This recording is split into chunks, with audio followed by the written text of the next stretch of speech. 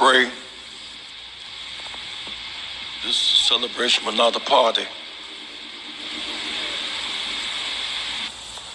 Aretha's not lost. We know where she is. Be in the mood of prayer and thanksgiving. Our God has blessed us to witness a powerful expression of his goodness today. Aretha was on this battleground for 60 years. Bow our heads in prayer.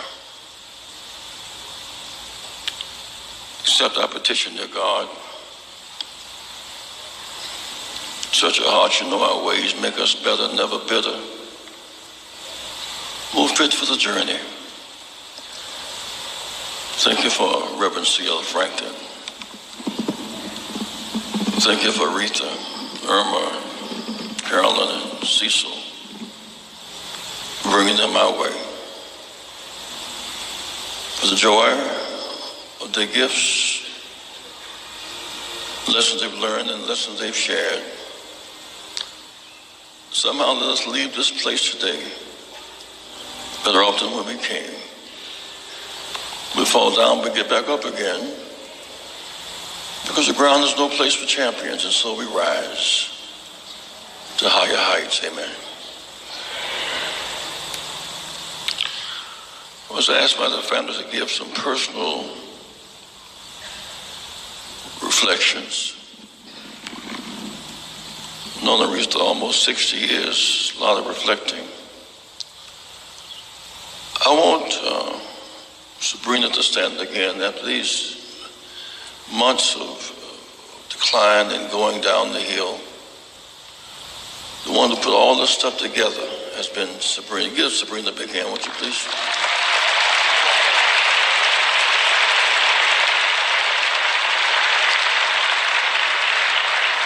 I visited her at least once a month, and every time I was there, Eddie would be by the door as a bodyguard. He was her son. Eddie, stand again. Give him a big hand.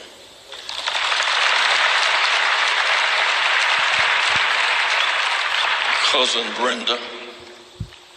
Send him, Brenda, just singing, Sarah.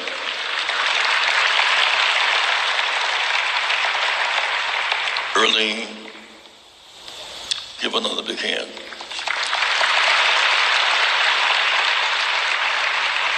For 30 years, no one's been more consistent than Will. Give Will a big hand. Give Will. Will has been standing Will. He's been a trooper. I also want to, in the pastoral sense, thank the funeral home.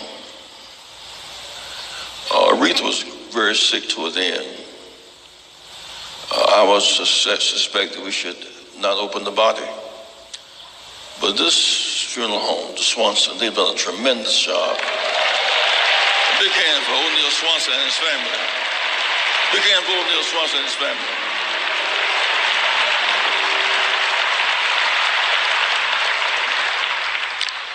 And last, we can't thank her too much, for she's among the living yet among us. Another hand for Maxine Waters. Maxine, stand again, please.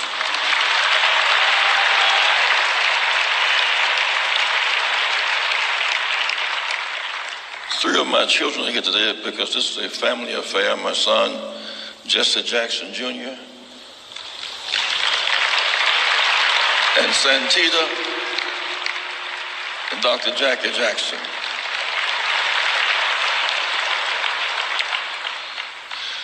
It is a holy privilege to stand before you today. Painful to stand before Aretha, this hour of celebration.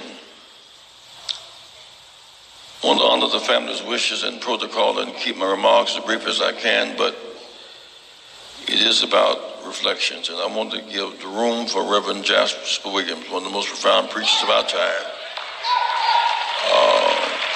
Reverend C.L. Franklin's funeral was conducted by Reverend Williams, and he maintains that authority in the family. As we enter the next phase of the phenomenal Aretha Franklin, there's much to be said and done built on this legacy that can't be appropriately said today. Death has caused another unplanned family reunion. We wouldn't be here if Aretha were not dead today. We give death too much power. We should be able to call each other and have a meeting like this and share. I was here for the Rosa Parks funeral and watched long lines at the museum for Rosa Parks, long lines for Aretha, long lines today. If we have long lines to celebrate death and short lines for voting,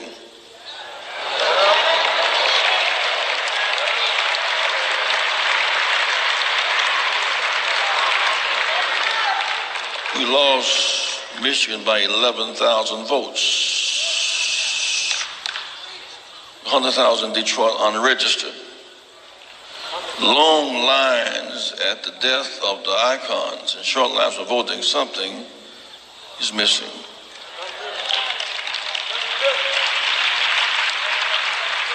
To many of us from the Deep South, before internet and before the nightly TV shows, before Dr. King and Rosa Parks, that was Jet Magazine, the national black newspapers, and WLAC Nashville, Tennessee.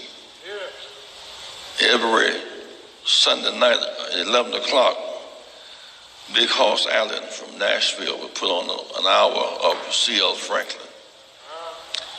He was our hero. The traditional sermons, Eagle Stirreth the Nest, Prodigal Son, In the Conflict. He said, tonight I'm not going to preach, I'm going to introduce my daughter and she can sing. It's not just my daughter, my daddy prince, she can really sing, so hear me. And really sang, Never Grow. Reverend Billy Kyles, whose home Dr. King was on the way to visit when he was killed, was doing a revival in New Bethel at that time. He gave the words to Aretha. Of herds of a land on the faraway strand, there's a beautiful home of the soul. Build this Jesus on high where we never shall die, a land where we'll never grow. It was a dark Sunday night in South Carolina, yet when it's real dark, the stars shine most clearly. That night a star was born. Somewhere between Nashville and eternity, we heard a voice from heaven, 14 years old. Aretha was our queen. She belonged and belongs to us. She was blessed to have the powerful gift of singing, perhaps the most remarkable voice, unique the world has ever heard. Arturo Toscanini, the Italian conductor, said of Marian Anderson that a voice like Mary is heard once in 1,000 years. Aretha's in that zone of once in 1,000 years. And she did not shy away from Ave Maria. From that point on, she only required to be called Aretha. Her parents sent her to school and she took music lessons and cultivated in the womb of most soulful singers of our time. New Bethel, Sam Cooke and the Soul Stirrers. Clara Ward and the Ward Singers. Mavis and Pop Staples. These are her. She came out of that womb. Lou Rawls and the Pilgrim Travelers. Mattie Moss Clark. Ira Tucker and the Dixon Hummingbirds. Alex Bradford, Too Close. Sister Houston, Whitney's mother, sang in the background. The Winans and Reverend Craig, the Gospel Harmonettes, Mahalia Jackson, Dinah Washington, the Canton Spirits, the Mighty Clouds of Joy, and Joe Ligon. Reverend James Cleveland directed the choir at New Bethel. Really came out of this womb, Reverend Gaither and Reverend Clive, and she had the gifts, but she had an environment that loaned itself to her developing. She was baptized in singing, struggle, and service. In 1942, when she was born, not in Detroit. She was born on the Mississippi River in Memphis, Tennessee. The river that carried our people up and down for 246 years. Where does Aretha's soul come from? The Mississippi River. And it's cradled between Tennessee and Arkansas, Mississippi. 233 blacks were lynched in Tennessee. 492 in Arkansas. 654 in Mississippi. She was 13 when Emmett Till was lynched. What does her civil rights commitment come in? She had money and could not buy ice cream. Had a car and could not stop to buy gasoline. Aretha came out of the bowels of our struggle. Her father led the big march in Detroit, 1963. Led the groundwork for Dr. King, who stayed at his home until March on Washington. Along with Harry Belafonte, Dr. King was facing bankruptcy. We couldn't go any further. Where was the money coming from? Couldn't get from the banks. Black banks were too small. White banks were very hostile. And so Aretha and Harry Belafonte said, we'll take an 11-city tour, raise money and give you the money. But Dr. King was so unpopular, it was under such attack. We couldn't fill up an auditorium this size with Aretha Franklin and Harry Belafonte. We stepped on the stage in Houston, Texas. On that stage, they put tear gas in the fan, but it evacuated the building. She kept right on singing. She sang for Carter, Mandela, Clinton, Obama. But she felt as comfortable singing for Albertina Walker. Because after all, before we had this level of technology, there was Albertina Walker and Shirley Caesar and Cassetta George in the same group called the Caribbeans. I was called last week to see Aretha. I've met with her at least a month for the last 3 years. She called late at night. Jackie would say, get the phones. Aretha's on the phones. We're talking 2 to 5. We pray a while and cry a while. When I came last Wednesday, Aretha was in a coma and had not been able to wake up or move in some days. And I was with Earlene. And I said, Reed, wake up, baby, wake up, baby. She opened her eyes. I rubbed the warmth of her hand one more time. Kissed on the forehead and said, it was a hard goodbye. We came back that night with Sabrina and had another prayer meeting with her. Her father's records were playing in the background. I thought as I left the last time, Shakespeare said, when she shall die,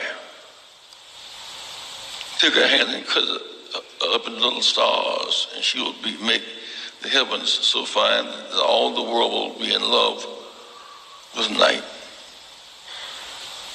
Aretha had the power to make the film directors cry. She touched all of us in a very deep and profound kind of way. Then she got sicker. We would talk more and more, and she would call late at night. And, are you coming? I said, yes, I'm good. You can bring Greg, and I'm not going to bring Greg. I'm going to be bothered Greg.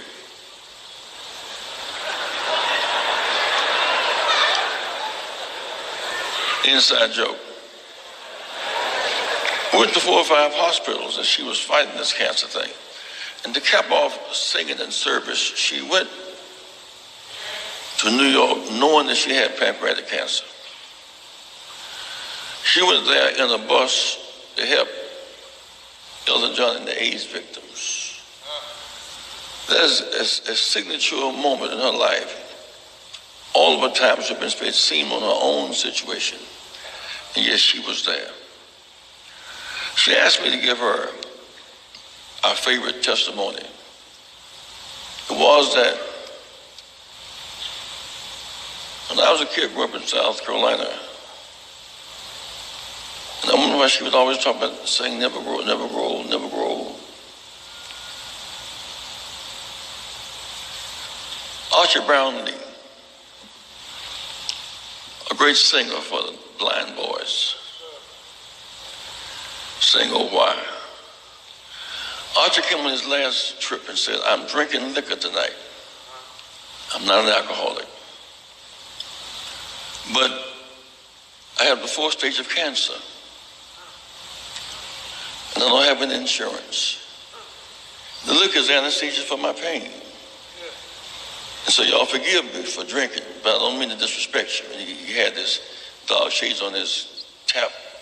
He said, "But let me sing a couple of songs for you." He said, "I know you're concerned that I'm drinking. I'm not a drunkard. I'm just drinking for pain." He said, "But y'all talk about blue skies. I was born without eyes. I've never seen a blue. Red rose, I've never seen a rose. I can touch it. My wife is beautiful. I've never seen my wife's face. I know about the contour of her face. And my children, I know them by the sound of the voice and the pat of their feet. But don't feel sorry for me because I'm blind and have cancer. I am going across the river. I heard there's a man over there who's giving sight to the blind. He's curing cancer."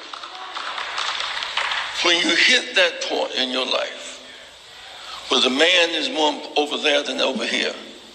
A few months ago, Rita was very afraid for me when it announced that I had Parkinson's. The older you get, these diseases, they come out of nowhere, it seems. But let me say to you today, who are the living, this is not for Rita, this is for us. If you leave here today and don't register to vote, you dishonor the Rita.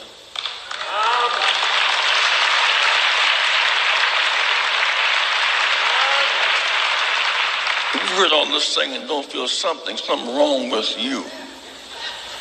I can only say now, when we met, we were maybe 15 years old. I'm now 77. Be 78 in a few weeks. Parkinson's is in trouble. I have the faith. The doctor said Parkinson's will knock you down. It will, but there's a God who's the doctor of doctors. Don't fear these diseases when you're getting ready to change your clothes and move into a different transition. I can say now with a level of certainty I couldn't have years ago. I once was young.